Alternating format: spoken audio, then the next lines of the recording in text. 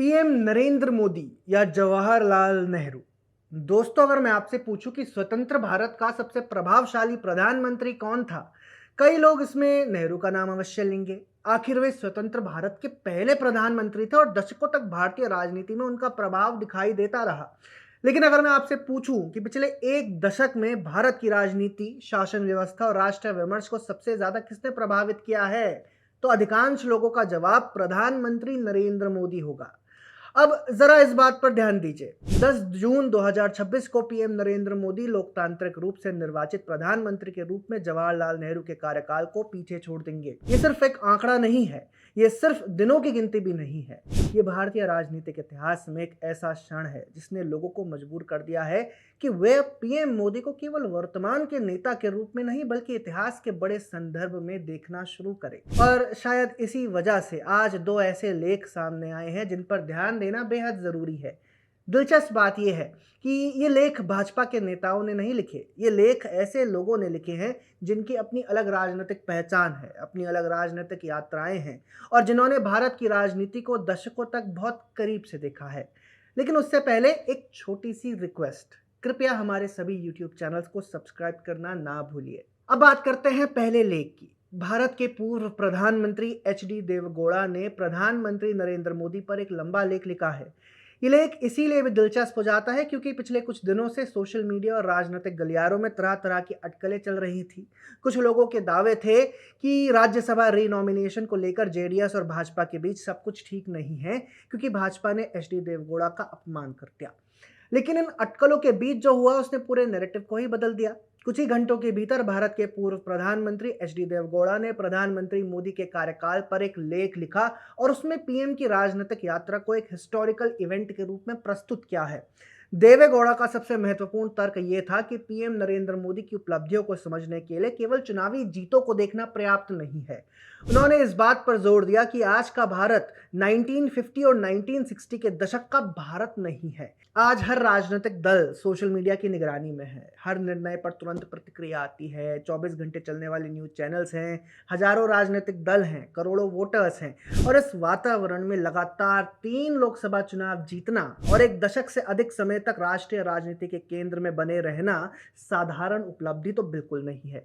यानी देवेगौड़ा का लेख योजनाओं की सूची नहीं था, उनका लेख पॉलिटिकल स्टेबिलिटी और लीडरशिप एबिलिटी पर केंद्रित था। वे ये समझाने की कोशिश कर रहे हैं कि लोकतंत्र में लंबे समय तक जनता का विश्वास बनाए रखना अपने आप में एक बड़ी उपलब्धि है जो हर किसी के बस की बात बिल्कुल नहीं है। लेकिन कहानी यहीं खत्म नहीं होती। देवेगौड़ा के लेख के बाद एक और महत्वपूर्ण लेख सामने आया।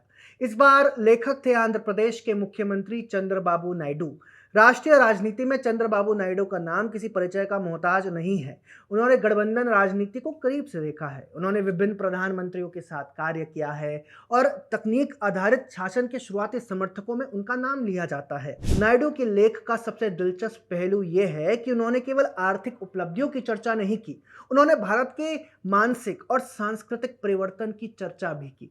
नायडू ने लिखा कि पिछले एक दशक में भारत में आत्मविश्वास का एक नया वातावरण पैदा हुआ है। उन्होंने digital governance, direct benefit transfer, UPI और तकनीक आधारित सेवा वितरण की चर्चा की। लेकिन साथ ही उन्होंने इस बात पर भी जोर दिया कि भारत आज अपनी सभ्यतागत पहचान को लेकर पहले से अधिक आत्मविश्वासी दिखाई देता है।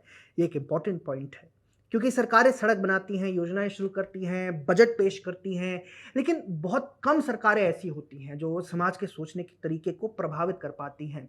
और शायद यही वह बिंदु है जहां पीएम मोदी का कार्यकाल अलग दिखाई देता है। अगर हम पिछले एक दशक को देखें तो शासन व्यवस्था में बड़े बदलाव दिखाई देते हैं। करोड़ों लोगों तक सीधे लाभ पहुंचाने की व्यवस्था विकसित हुई है। यूपीआई ने तो डिजिटल पेमेंट की परिभाषा बदल दी है। सरकारी सेवाओं की पहुंच और गति में सुधार हुआ है। टेक्नोलॉजी अब केवल शहरों तक सीमित नहीं रही बल्कि गांवों तक पहुंच चुकी है। लेकिन बदलाव केवल प्रशासनिक स्तर पर नहीं हुआ, भारतीय राजनीति की प्रकृति भी बदलती हुई दिखाई देती है। कभी राष्ट्रीय राजनीति का केंद्र कांग्रेस हुआ करती थी, आज राष्ट्रीय राजनीति का केंद्र भाजपा और पीएम नरेंद्र मोदी है। कभी कोएलिशन पॉलिटिक्स राष्ट्रीय विमर्श को नियंत्रित करती थी, आज लीडरशिप बेस्ड पॉलिटिक्स कहीं अधिक प्रभावशाली दिखाई देती है।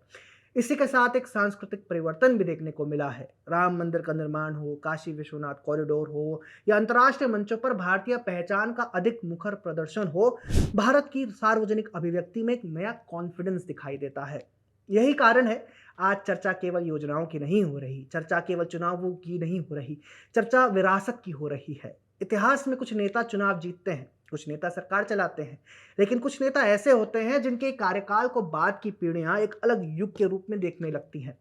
आज जब पीएम नरेंद्र मोदी का नाम पूर्व पीएम जवाहरलाल नेहरू के साथ लिया जा रहा है, तो उसका कारण केवल एक रिकॉर्ड नहीं है, उसका कारण ये है कि अब उनकी भूमिका का मूल्यांकन अब करंट पॉलिटिक्स की सीमाओं से बाहर निकल कर किया जा रहा है।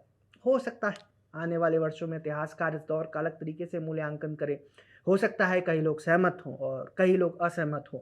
लेकिन एक बात स्पष्ट दिखाई देती है, जब भारत के पूर्व प्रधानमंत्री और देश के सबसे अनुभवी मुख्यमंत्रियों में से एक नेता सार्वजनिक रूप से पीएम मोदी के कार्यकाल को ऐतिहासिक संदर्भ में देखने लगते हैं, तो ये संकेत देता है कि चर्चा अब केवल वर्तमान की राजनीति तक सीमित नहीं है। 10 जून 2026 इसीलिए इंपॉर्टेंट नहीं है कि एक रिकॉर्ड टूट गया। 10 जून 2026 इसीलिए इंपॉर्टेंट है क्योंकि इसने एक नई बहस को जन्म दिया है।